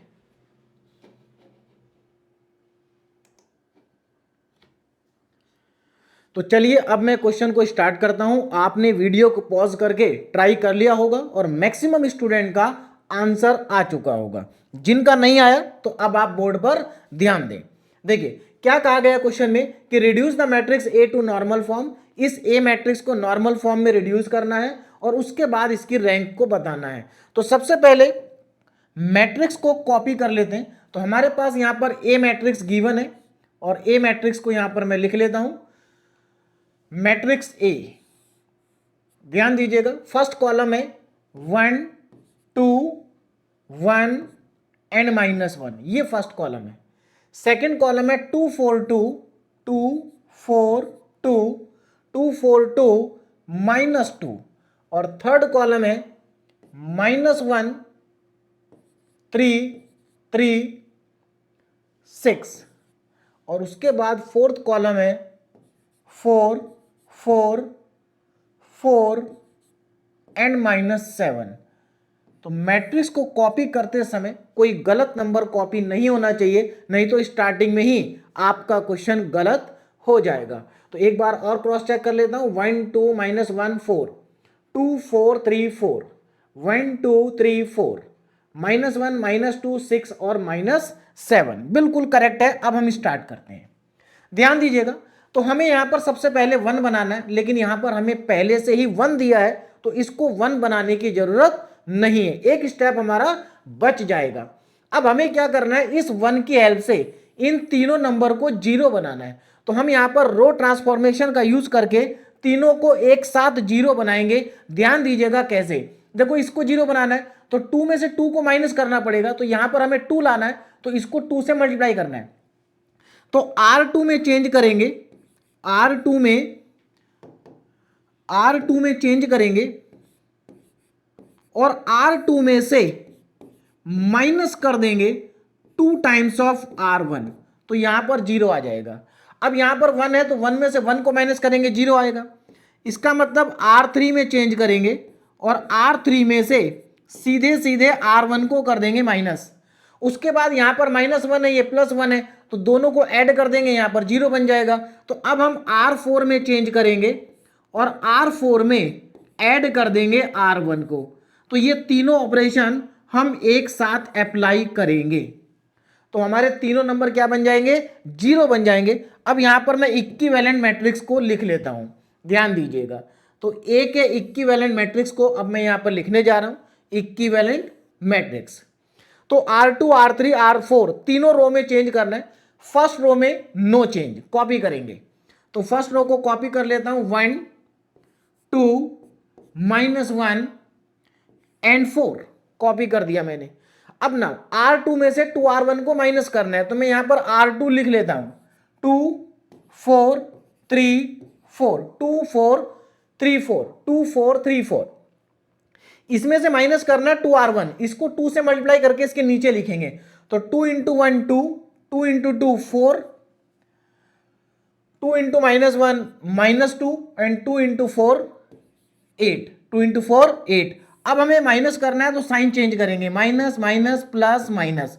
तो यहां पर ये 0 आ गया, ये भी 0 आ जाएगा, ये 5 आएगा और ये माइनस का 4 आएगा। तो 0 0, ध्यान दीजिएगा, 0 0 5 एंड -4, 0 0 5 माइनस का 4, ये हमारे पास आ जाएगा। अब आगे देखिए, नेक्स्ट नाउ R3 में चेंज करना, R3 में से R1 को माइनस करना है, सीधे माइनस कर दें। 1 - 1 0, 1 - 1 0 है ना, 2 - 2 0, उसके बाद 3 -1 तो ये 4 हो जाएगा, है ना, क्या हो जाएगा 4। उसके बाद 4 - 4 0, तो यहां पर आ जाएगा 0। नाउ अब लास्ट रो R4, दोनों को ऐड करके लिखना है, -1 + 1 0, -2 + 2 0, +6 -1 5 प्लस का, और उसके बाद -7 + 4 तो -3। तो ये मैट्रिक्स मेरे पास आ जाएगी 4/4 ऑर्डर की। क्लियर है? तो यहां तक मुझे लगता है सबको समझ में आ गया होगा। अब हमें क्या करना है, देखो 1 के नीचे हमने 0 बना दिया, अब इस 1 के हेल्प से सामने वाले नंबर भी 0 बनाएंगे। तो अब हम यहां पर कॉलम ट्रांसफॉर्मेशन से सामने वाले नंबर को बनाएंगे 0। क्या बनाएंगे? 0 बनाएंगे। अब ध्यान दीजिएगा, पहले हम कॉलम ट्रांसफॉर्मेशन लिखेंगे और उसके बाद 0 बना देंगे, क्योंकि मैट्रिक्स में कोई चेंज नहीं होगा, ये 0 हो जाएंगे, बाकी मैट्रिक्स सेम रहेगी। चलिए, तो यहां पर ऑपरेशन लिखते हैं। देखो ये 0 कब बनेगा, ये C2 में लिखा, सेकंड कॉलम में है, तो C2 में चेंज करेंगे। और C2 में क्या चेंज करेंगे, C2 माइनस, देखो इसको 0 करना है तो इसमें से 2 माइनस करना पड़ेगा, तो इसको 2 से मल्टीप्लाई करेंगे, तो C2 minus 2 times of C1, 2 times of C1। उसके बाद इसको 0 करना है इसकी हेल्प से, तो आप क्या करेंगे, ये C3 है तो -1 में +1 ऐड करेंगे, 0 हो जाएगा। तो C3 में चेंज करेंगे और C3 में ऐड कर देंगे C1 को। क्लियर है? उसके बाद हमें इसको 0 करना है इस 1 की हेल्प से, तो C4 में चेंज करेंगे और C4 से माइनस कर देंगे 4 टाइम्स ऑफ C1 को। बस ये ऑपरेशन लिखने, कैलकुलेशन कुछ भी नहीं करनी है सामने 0 करने के लिए। तो हम ये तीनों नंबर को 0 करेंगे, बाकी नीचे के मैट्रिक्स को कॉपी करेंगे। तो अब देखिए क्या आएगा ना, अब हमें इक्विवेलेंट मैट्रिक्स मिलेगी। तो यहां पर मैं इक्विवेलेंट मैट्रिक्स को लिख लेता हूं, ध्यान से देखो ना। 1 के आगे तीनों जीरो आएंगे, 1 0 0 0। उसके बाद यहां पर देखो नीचे के मैट्रिक्स में कोई चेंज नहीं है, 0 0 0 0 5 माइनस 4 5 माइनस 4 0 0 5 माइनस 4 0 0 4 0 0 0 4 0। और आगे बढ़ते हैं, 0 0 5 माइनस 3 0 0 5 एंड माइनस 3। यहां तक हम पहुंच गए। अब आगे देखो, अब हमें क्या करना है, हमें इस पोजीशन पर 1 बनाना है और यहां पर क्या है, 0 है। अब इस 0 को 1 कैसे बनाया जाए, तो देखो यहां पर दो तरीके हैं। पहली बात तो यहां पर कोई नंबर हमें लाना पड़ेगा, 0 को हटाना पड़ेगा, है ना, क्योंकि यहां पर 0 है, नीचे पूरे कॉलम में ही 0 है। तो हम एक काम करते हैं, इस कॉलम को इस कॉलम के साथ इंटरचेंज कर सकते हैं, या फिर आप इस कॉलम को इस कॉलम के साथ भी इंटरचेंज कर सकते हैं। मतलब यहां पर हमें पहले 0 को हटाना होगा और उसके बाद 1 को लाना होगा। तो यहां पर हम एक काम करते हैं, इन दोनों कॉलम को आपस में इंटरचेंज कर देते हैं। कौन कौन सा, C2 कॉलम को, ध्यान दीजिएगा, C2 कॉलम को इंटरचेंज कर देंगे C3 कॉलम से, है ना। C4 के साथ भी कर सकते हैं, वो आपकी चॉइस है। अब आगे देखिए नेक्स्ट स्टेप क्या होगा, यहां पर ध्यान दें नेक्स्ट स्टेप पर। अब हमें यहां क्या करना है, हमें पहले इन दोनों को इंटरचेंज करना है, तो इंटरचेंज कर देते हैं, है ना। तो हमें जो न्यू मैट्रिक्स मिलेगी उसको मैं यहां पर लिख देता हूं इक्विवेलेंट मैट्रिक्स। ध्यान दीजिएगा, तो पहले कॉलम सेम है, फर्स्ट कॉलम को कॉपी करेंगे, 1 0 0 0, ठीक है। सेकेंड कॉलम को थर्ड कॉलम में लिखेंगे और थर्ड को सेकेंड में लिखेंगे। तो 0 5 4 0 5 4 0 5 4 और 5 0 5 4 और 5, और जो सेकेंड कॉलम है उसको थर्ड में लिखेंगे। सेकेंड कॉलम पूरा 0 है, 0 0 0 0। फोर्थ कॉलम नो चेंज, तो 0 -4 0 -3। यहां तक हम आ गए। अब हमें क्या करना है, नेक्स्ट स्टेप हमारा क्या होना चाहिए, अब हमें यहां पर 1 बनाना है, इसकी जगह पर क्या बनाना है, 1। और इसको 1 बनाने के बाद नीचे वाले दोनों नंबर 0 बनाएंगे, सामने वाले भी 0 बनाएंगे। सीक्वेंस आपको एकदम सही अप्लाई करना है।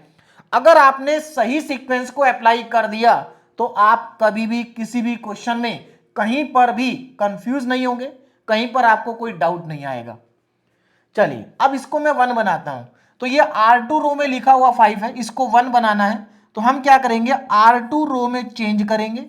और क्या चेंज करेंगे, ध्यान दीजिएगा, R2 रो में चेंज करेंगे और R2 में से R3 को कर देंगे माइनस, R2 में से R3 को कर देंगे माइनस। ऐसा करने से यहां पर आपको 1 मिलेगा। तो अब हमें न्यू इक्विवेलेंट मैट्रिक्स मिल जाएगी और इसको मैं यहां पर लिखने जा रहा हूं। ध्यान दीजिएगा, R2 में चेंज करना, R1 में कोई चेंज नहीं है, तो R1 को कॉपी कर देंगे, 1 0 0 0। उसके बाद R2 में से R3 को माइनस करेंगे, 0 -0 0, 5 - 4 1, 0 -0 0, और -4 -0 -4 ही रहेगा। देखो 1 बन गया हमारे पास।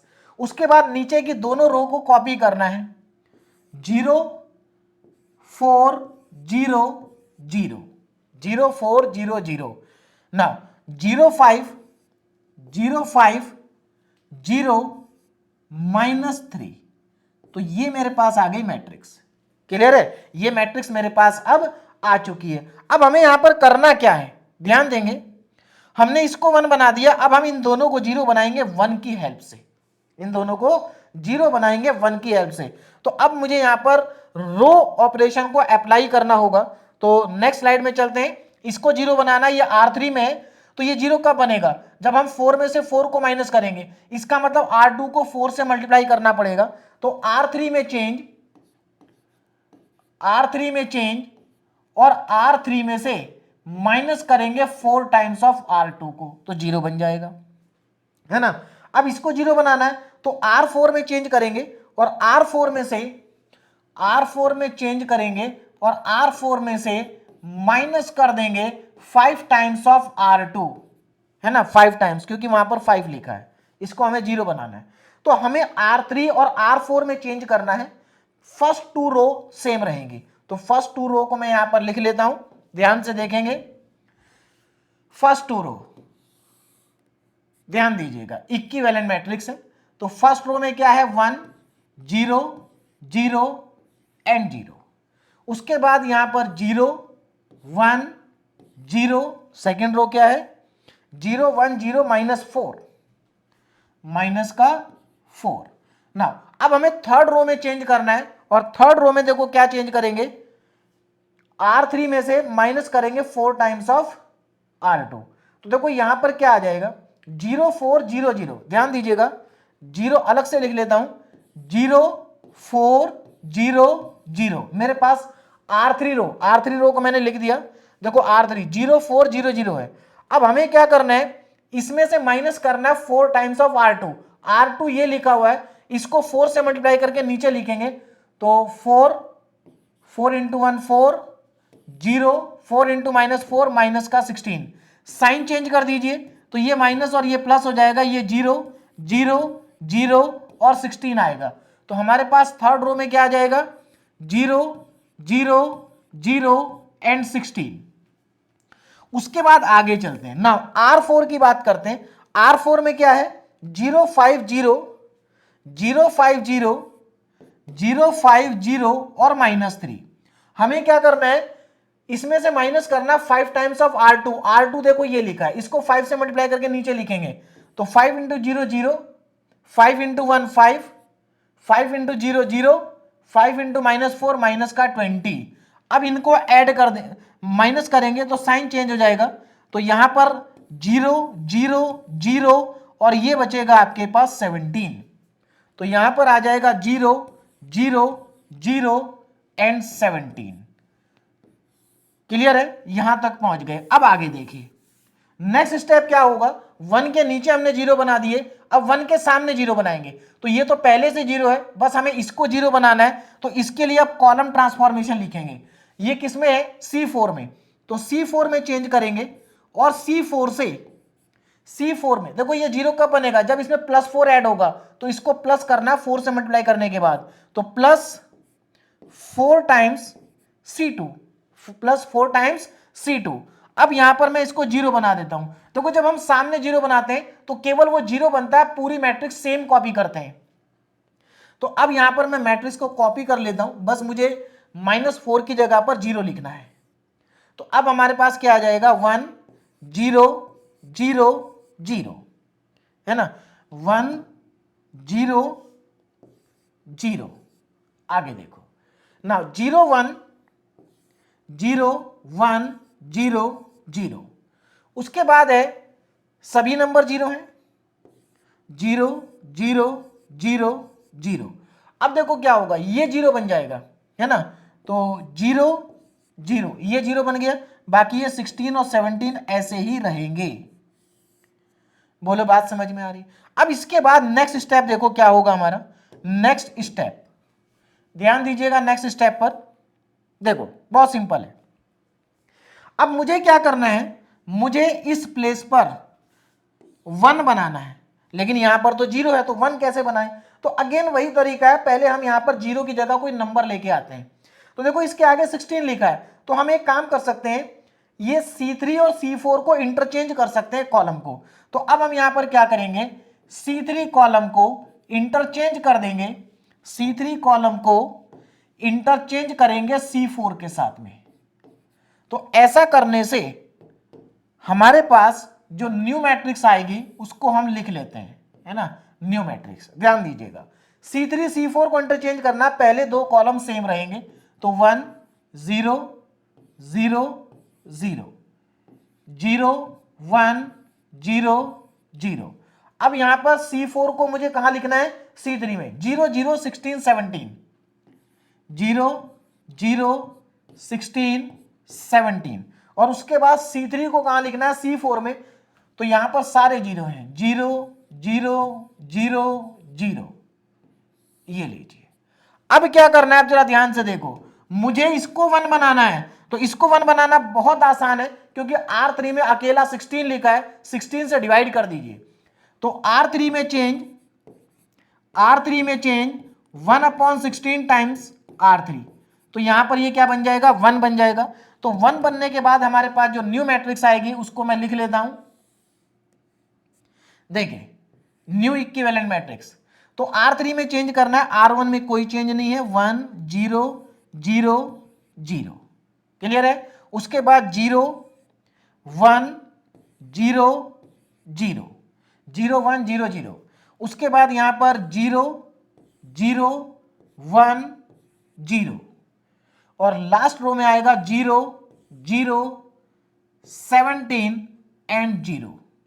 यहां तक हम पहुंच गए। अब हमें क्या करना है, हमने इसको 1 बना दिया, हमें इस 1 के नीचे भी 0 बनाना है।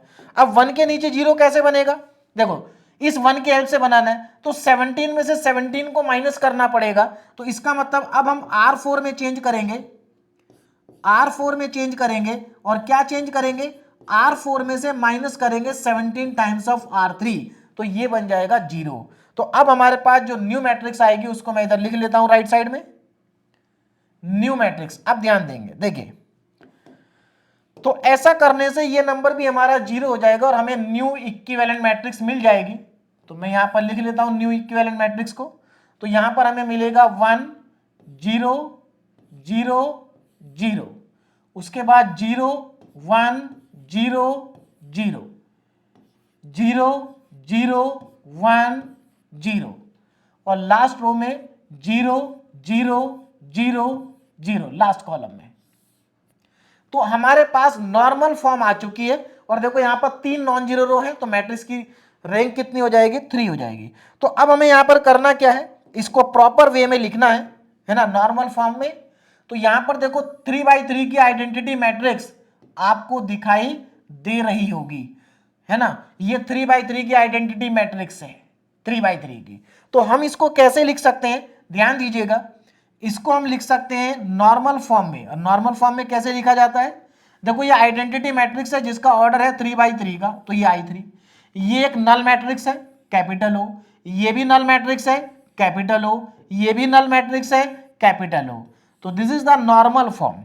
और नॉर्मल फॉर्म के अंदर आइडेंटिटी मैट्रिक्स का ऑर्डर है 3 और जो आइडेंटिटी मैट्रिक्स का ऑर्डर होता है वही हमारी रैंक होती है। तो दिस इज नॉर्मल फॉर्म। क्या है ये, नॉर्मल फॉर्म है। तो यहां से अब हमारे पास मैट्रिक्स की जो रैंक आ रही है, मैट्रिक्स की जो रैंक आ रही है वो 3 आ रही है और यही हमारा इस क्वेश्चन का फाइनल आंसर है। तो अब आपको समझ में आ गया होगा कि नॉर्मल फॉर्म की हेल्प से रैंक को कैसे कैलकुलेट किया जाता है। तो मैंने आपको एकदम प्रॉपर तरीके से स्टेप बाय स्टेप समझाया है, हर एक सीक्वेंस को प्रॉपर वे में लिखा है। बस आपको सीक्वेंस को समझना है कि जो हमारे रो ट्रांसफॉर्मेशन और कॉलम ट्रांसफॉर्मेशन है उनको किस सीक्वेंस में अप्लाई करना है। अगर ये आपने सीख लिया तो उसके बाद नॉर्मल फॉर्म बहुत इजी है। अब आज का एक और लास्ट क्वेश्चन जिसको मैंने ऑलरेडी सॉल्व किया हुआ है, क्योंकि सारे क्वेश्चन एक ही जैसे हैं, बस आपको प्रॉपर सीक्वेंस को अप्लाई करना है। चलिए इस क्वेश्चन को भी आपको स्टेप बाय स्टेप समझा देता हूं कि ये क्वेश्चन मैंने कैसे सॉल्व किया है। बहुत सिंपल क्वेश्चन है। अगेन यहां पर आपको मैट्रिक्स ए को रिड्यूस करना है नॉर्मल फॉर्म में और उसके बाद इसकी रैंक बतानी है। तो मैंने यहां पर इस ए मैट्रिक्स को कॉपी कर लिया है। अब यहां पर देखिए, इसको मैंने यहां पर कॉपी कर दिया। अब देखो क्या करना है, हमें सबसे पहला काम हमारा क्या है, सबसे पहला काम हमारा ये है कि हम इसको 1 बनाएं। अब इसको 1 बनाने के कई तरीके हैं। देखो अगर आप C1 और C2 को ऐड कर दो, C1 में चेंज C1 प्लस C2 कर देंगे तो यहां पर 1 बन जाएगा, ये भी एक तरीका है। एक और तरीका है इसको 1 बनाने का, देखो क्योंकि इस कॉलम के अंदर सारे नंबर 2 2 लिखे हैं, ये 0 है और बाकी सब 2 2 हैं, तो अगर आप C1 कॉलम को 2 से डिवाइड कर देंगे तो फ्रैक्शन नहीं आएगा और यहां पर आपका 1 बन जाएगा, है ना। तो देखो C1 में मैंने चेंज करा और C1 को 2 से डिवाइड कर दिया या 1/2 से मल्टीप्लाई कर दिया, तो यहां पर 1, ये 0 1 1 1 0 1 1, तो इस तरह से हमारे पास यहां पर 1 बन चुका है। बात समझ में आ रही है? देखो अगर आप इन दोनों को ऐड करके 1 बनाते हैं तो वो भी सही है, बिल्कुल सही है, गलत नहीं है, बना सकते हैं। चलिए अब क्या करें, अब इस 1 की हेल्प से, देखो ये तो पहले से 0 है, हमें इन दोनों को 0 बनाना है इस 1 की हेल्प से। कैसे बनाएंगे? बहुत सिंपल है, रो ट्रांसफॉर्मेशन से। तो देखो R3 में change R3 minus R1, R4 में चेंज R4 माइनस R1, ये आप दोनों ऑपरेशन लगा देंगे, आपके पास ये मैट्रिक्स आ जाएगी और ये तीनों नंबर 0 बन चुके हैं। इन तीनों को 0 बनाने के बाद आपको इन तीनों को 0 बनाना है, तो कॉलम ट्रांसफॉर्मेशन से बनाएंगे। तो देखो मैंने यहां पर 3 कॉलम ट्रांसफॉर्मेशन लिखे हैं, इन तीनों की हेल्प से ये तीनों क्या बनेंगे? 0 बनेंगे। तो इनको अप्लाई करने के बाद देखो ये तीनों 0 बन गए, नीचे का पार्ट सेम रहेगा। क्लियर है? अब हमारा नेक्स्ट काम क्या होगा, यहां पर नेक्स्ट सीक्वेंस हमारा क्या आएगा? देखो हमें यहां पर अब 1 बनाना है क्योंकि डायगोनल एलिमेंट है। इसको 1 बनाने के लिए क्या करें? अगेन कई तरीके 1 बनाने के हो सकते हैं, लेकिन आसान तरीका क्या है? देखो यहां पर इसके सामने 1 लिखा है, तो हम इस C2 कॉलम को C4 के साथ इंटरचेंज कर सकते हैं, ये आसान तरीका है। तो देखो मैंने इंटरचेंज कर दिया, यहां पर मेरे पास 1 अब बन चुका है। अब क्या करेंगे? देखो 1 के नीचे ये 2 नंबर लिखे, इन दोनों को 0 बनाना है इस 1 की हेल्प से। तो रो ट्रांसफॉर्मेशन लिखेंगे, R3 में change R3 minus R1 R2, R4 में change R4 minus 2 times of R2। और जैसे ही आप ये दोनों ट्रांसफॉर्मेशन यहां पर लिखेंगे, उसके बाद इनको अप्लाई करेंगे, तो आपके देखो नीचे के दोनों नंबर क्या बन गए? 0 बन गए। अब क्या करना है? अब इनके सामने वाले दोनों नंबर को 0 बनाना है, तो कॉलम ट्रांसफॉर्मेशन लगाएंगे। तो कॉलम ट्रांसफॉर्मेशन मैंने यहां पर लिख दिए हैं, C3 में change C3 minus 4 times of C2 और C4 में change C4 minus 3 times of C2। इन दोनों को अप्लाई करेंगे तो आपके पास इस तरह की मैट्रिक्स आ जाएगी। अब इसके बाद आपका काम क्या है? इस जगह पर 1 बनाना है, लेकिन इस जगह पर क्या है? 0 है। तो देखो 0 के सामने 1 लिखा हुआ है, तो आप इन दोनों कॉलम को इंटरचेंज कर सकते हैं, C3 को और C4 के साथ में। तो इंटरचेंज करने के बाद आपके पास नॉर्मल फॉर्म आ जाएगी, है ना। इसको प्रॉपर तरीके से लिख देते हैं। देखो यहां पर 3x3 की एक आइडेंटिटी मैट्रिक्स आपको मिल रही है और 3 आपको नल मैट्रिक्स मिल रही हैं, है ना। इसको आपने अब नॉर्मल फॉर्म में लिख दिया। यहां पर आइडेंटिटी मैट्रिक्स का ऑर्डर 3 है, इसलिए रैंक 3 है। या आप ऐसा भी कह सकते हैं कि इसमें 3 नॉन जीरो रो है, इसलिए मैट्रिक्स की रैंक भी कितनी है? 3 है। तो मुझे लगता है अब आपको नॉर्मल फॉर्म में कोई डाउट नहीं बचा होगा, और अगर बचा है तो एक बार इन सभी क्वेश्चन को अपने आप से सॉल्व करें, आपका जो डाउट है वो बिल्कुल खत्म हो जाएगा।